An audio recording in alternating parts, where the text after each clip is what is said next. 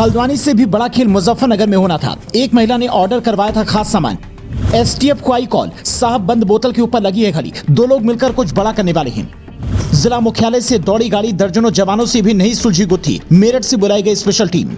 UP का मुजफ्फरनगर क्या दूसरा हल्द्वानी बनने वाला था? यह साल 2013 से भी बड़ी घटना मुजफ्फरनगर में फरवरी के महीने में होने वाली थी। ये सवाल 16 फरवरी की सुबह से ही उठ रहे हैं, जब से यूपी एसटीएफ ने 2 लोगों को पकड़ा है। मीडिया रिपोर्ट्स बताती है कि 15 फरवरी गुरुवार की रात एसटीएफ के जवानों को एक खबर मिलती है, साहब खालापार इलाके में बंद बोतल के ऊपर घड़ी लगी है, अंदर कई सारे तार उलझे हुए हैं। खुफिया रिपोर्ट में इस बात का भी जिक्र था कि मुजफ्फरनगर में बड़ी प्लानिंग चल रही थी। ऐसे में घड़ी का नाम सुनते ही पुलिस को समझने में देर नहीं लगी कि पूरी कहानी क्या हो सकती है। तुरंत दर्जनों जवान भेजे गए और बंद बोतल वाले को पकड़ लिया गया। लेकिन जैसे ही देखा कि उस पर टाइमर लगा है, मेरठ से स्पेशल टीम बुलवाई गई, तब जाकर सबकी धड़कनें शांत हुई। लेकिन उसके बाद जो खुलासा हुआ उसने हर किसी को परेशान कर दिया है। एसटीएफ के एडिशनल एसपी ब्रजेश कुमार ने बताया, आरोपी जावेद के दादा पटाखा बनाने का काम करते हैं। दादा से इसने काम सीखा था। उसके बाद ये रेडियो की मरम्मत करने लगा और मशीनों की अच्छी खासी नॉलेज ले ली। फिर उसका गलत इस्तेमाल करने लगा। इसका ननिहाल नेपाल में है। इसके आगे एडिशनल एसपी ये भी बताते कि बंद बोतल वाला ऑर्डर इसी एक महिला ने दिया था और उसी की डिलीवरी के लिए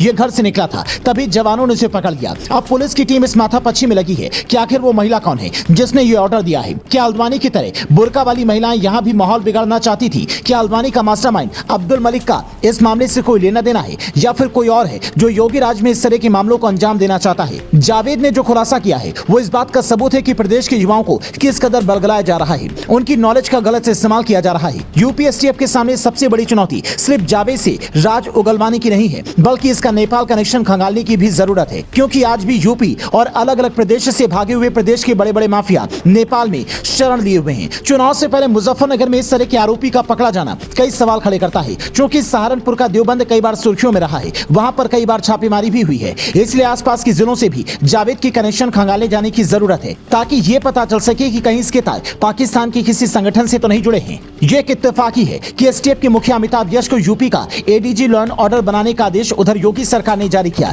इधर अमिताभ यश की टीम ने बहुत बड़ी घटना होने से प्रदेश को बचा लिया, जो ये बताता है कि वो प्रदेश की सुरक्षा के प्रति कितने सजग हैं और संवेदनशील हैं। कई लोगों का दावा है कि राम मंदिर उद्घाटन को लेकर काशी में तहखाने में हुई पूजा की वजह से कुछ लोग नाराज हैं। जिस तरह से हल्द्वानी में यूनिफॉर्म सिविल कोड वाला बिल आने के बाद कुछ दिन बाद ही माहौल बिगड़ गया और धामी सरकार के ऑफिसर उसे भांप नहीं पाए, वही यूपी में भी होने वाला था। लेकिन योगी के अधिकारियों ने समय रहते न सिर्फ इसे भांप लिया, बल्कि 2 आरोपियों को पकड़कर सारे राज भी उगलवा लिए। अब सवाल ये है कि क्या मुजफ्फरनगर में ही सिर्फ ऐसे ऑर्डर दिए गए थे, या फिर बरेली जैसे किसी और जिले में भी कुछ ऐसा हुआ हो? क्योंकि कुछ दिन पहले बरेली में बड़ा प्रदर्शन देखने को मिला था। मौलाना तौकीर रजा ने सीएम योगी से लेकर पीएम मोदी तक को खुला चैलेंज दिया था। उनके बयान ये बता रहे थे कि वो किस कदर युवाओं को भड़काने की कोशिश करेंगे, पर योगी का साफ ऐलान है कि प्रदेश की सुरक्षा व्यवस्था किसी भी सूरत में बिगड़नी नहीं चाहिए। पर सवाल यही है कि इतनी सख्ती के बावजूद ऐसी हिमाकत करने वाले लोग कौन हैं?